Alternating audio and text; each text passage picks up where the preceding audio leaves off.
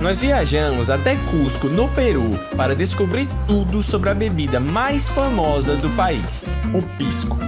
Conversamos com o sommelier local e vamos te mostrar a história do pisco e como a proibição da exportação do vinho peruano originou a bebida, como se degustar pisco da maneira correta, a receita oficial do Pisco Sour e, claro, achar a resposta para a pergunta mais polêmica de todas. O pisco é chileno ou peruano? Simbora descobrir!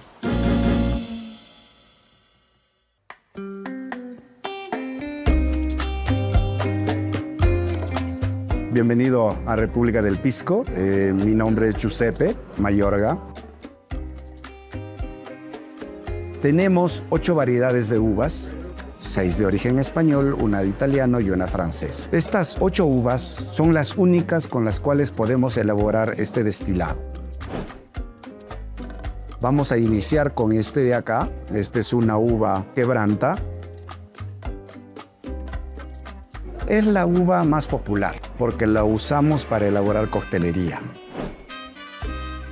El Pisco Sour actualmente es nuestra bebida de brindis oficial. El Estado ha decretado por ley que todo brindis oficial en Perú se hace con Pisco Sour. No usamos champán. Y actualmente, como digo, el Estado ha decretado su receta también. Y es 3 onzas de pisco quebranta. Quebranta. Eso. Una de limón, una de jarabe y la clara de un huevo. Refrescado en hielo. Queda todo. Salud. Gracias, Giuseppe. Salud. Brinde. Eso, prueba tu Pisco Sour. ¿Y qué tal? Campeão, muito bom, muito bom. Vamos a empezar a catar, ¿no? Empezamos con la uva quebranta, uva de origen español. ¿Qué es lo que vamos a hacer? Vamos a mirar en luz, ¿no? En contraluz, ¿no? Y lo vamos a ver que es brillante, limpio, puro, sin impurezas, ¿no? Vamos a girar y vamos a ver que se forma una línea máxima acá. Sí. Eso se llama corona. Ya, y vamos a esperar que en la corona se formen lágrimas. En el caso del mío, ¿lo ves? Perfecto. Visualmente empezamos con un pisco puro de buena calidad. ¿Cómo olemos el pisco? Cuando olemos el pisco no es igual que oler el vino o cualquier otro destilado. Lo correcto es oxigenamos, ¿sí? Y lo olemos en este proceso, ¿no? Se siente la uva, el dulzor de uva, pero el alcohol es notorio. Notorio. ¿no? A esa razón, esta es la menos aromática porque se siente el alcohol, sí. ¿no? Y hay un aroma sutil, ¿no? A plátano. Sí. Vamos a catar el pisco y el proceso correcto es el siguiente. Limpiar un poquito el paladar con el agua. Vamos a colocar un poco de carga de este pisco, de este destilado, en los labios y la lengua. Vamos a despertar nuestras neuronas gustativas para que trabaje, porque ahorita nuestro cerebro está durmiendo. A hacer contacto, vamos a despertar al cerebro. Primero, salud. El oído, que es el otro sentido, y en los labios y la lengua. Emulsionamos bien en boca, no lo pasamos directo, porque es fuerte. Es fuerte. Vamos a limpiar el paladar, ¿sí? En esta segunda carga, el cerebro está esperando por ti. Una poca carga, labios, lengua. Emulsiona. Una vez emulsionado bien, pasamos. ¿Sí? Perfecto. Es poca carga. Emulsionamos bien. En boca primero bien. Después que hayas emulsionado bien, recién pasamos. Despacio. Desce muito melhor. Enquanto eu me recupero dessa primeira dose de pisco, deixa eu te mostrar como é o processo de preparação da bebida. O primeiro passo é transformar a uva em vinho. Para produzir uma garrafa de pisco, são utilizados em média 7 a 8 quilos de uva. O suco, a casca da uva e as sementes são colocadas em um recipiente para fermentação por 20 dias. Durante esse período ocorre a fermentação e o açúcar se transforma em álcool e o líquido já é vinho. A segunda etapa é transformar o vinho em pisco. Para isso, o primeiro passo é esquentar o vinho a uma temperatura de 78,5 graus. O vinho começa a evaporar e suas partículas aromáticas vão esfriando até se converterem em líquido novamente. Depois que todo o vapor se transformou em líquido, é o momento de realizar a extração. Primeiro sai a cabeça, depois o corpo e por último a cola. O que se usa é somente o corpo, que é a parte mais pura e deve estar entre 38% a 48% de álcool. A cabeça e a cola são excluídas, pois possuem muitas impurezas e diferentes teores alcoólicos. Por último, o corpo retirado é armazenado normalmente em um recipiente especial chamado rotoplas. O intuito é evitar o contato com qualquer superfície que possa gerar sabores adicionais ao pisco. O prazo mínimo de armazenamento é de 3 meses, mas na média o pisco fica em repouso de 8 a 9 meses e então está pronto para ser engarrafado e comercializado. Um ponto super importante que vale ressaltar é que no processo de preparo do pisco peruano só ocorre uma destilação e não existe a adição de água ou açúcar como no processo de outras bebidas como vodka, uísque ou até do pisco chileno. Este de acá tiene un nombre, Pisco Puro Italia. Este pisco es el más aromático, la uva Italia es la más aromática. Y vamos a descubrir visualmente, ¿sí? Primero en la luz, Limpio. limpio, brillante. Brilhante. Giramos y una buena lágrima, ¿no? Perfecto. Muy buen pisco. Oh, otro aroma. Exacto. Limpiamos el paladar. En este momento nuestro cerebro solo está esperando por ti. ¿Sí? Poca carga. Le emulsionamos bien y pasamos, ¿sí?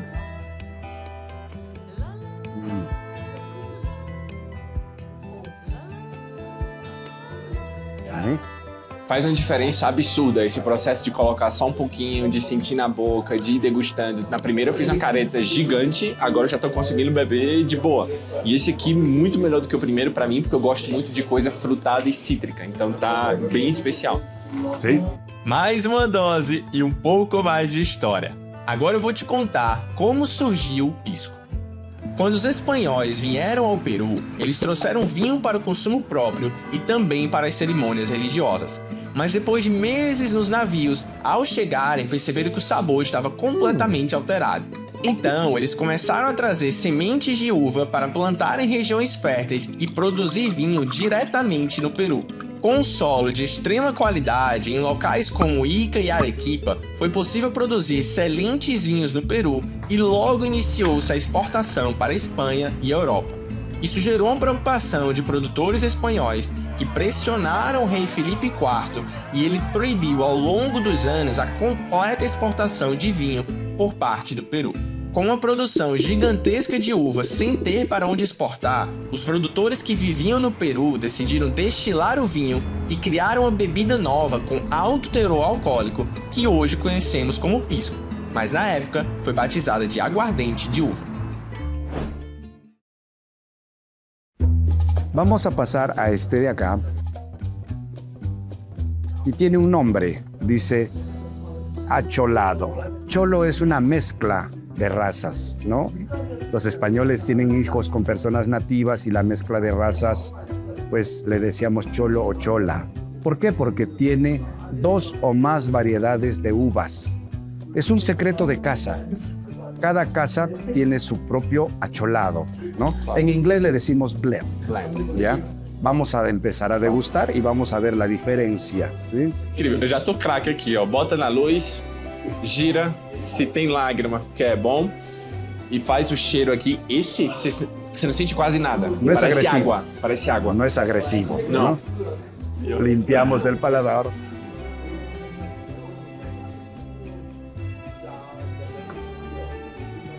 Es mucho más suave, no es agresivo como estos. El alcohol no pica, pero es más fuerte que este. 40 grados, 42. Uou. Meu favorito até agora esse. Esse. Muito bom, muito bom. Dá pra beber de boa. Você vai petiscando e vai provando só. Bien. Terceira dose e agora você já entendeu a dinâmica. É hora de mais curiosidades. Existem várias teorias para a origem do nome pisco e também o seu significado real. Os aguardentes de uva eram transportados pelo porto de Nome Pisco na região de Pisco. E piscos eram os recipientes de barro onde o aguardente de uva era armazenado para envio, os mesmos que os incas usavam para armazenar chicha, bebida sagrada feita de milho. Existem inclusive documentos da época que comprovam a chegada da bebida nos portos com os dizeres: chegaram hoje do Peru 18 garrafas de pisco com aguardente de uva. Vamos a pasar ahora mosto verde. Mosto es el caldo, el jugo, el vino. Verde es joven. El pisco que dice mosto verde es nuestro pisco premium. Mosto verde y tiene un nombre acá, Italia, ¿correcto? Es elaborado de esta misma uva. Este es pisco puro, mosto verde. Para elaborar esta botella utilizamos 14-15 kilos de uva.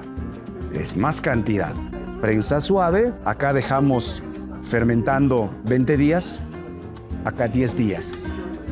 ¿Qué hacemos? Interrumpimos la fermentación. 50% del azúcar se vuelve alcohol. El otro 50% mantiene sus aromas. Por eso es que se llama mosto verde, ¿no? Vino como que joven, ¿no? Caldo joven, ¿no? Fermentación interrumpida. Y vamos a descubrir ahora la diferencia del pisco puro al mosto verde. Vamos fazer agora o nosso ritual. Limpio, ¿no? Limpo, vamos ver se chora. Tem lágrima. Esse tem um cheiro mais forte. Porque acá resalta más el aroma. Limpiamos el paladar. Vamos a provar. Probamos. Eso.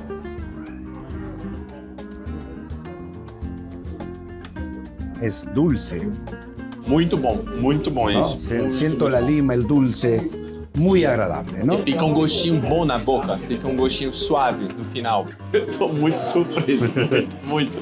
Porque em Lima a gente fez um tour de pisco e eu não consegui beber. Mas aqui aprendendo com o Giuseppe a beber da maneira correta, cara, é absurdo.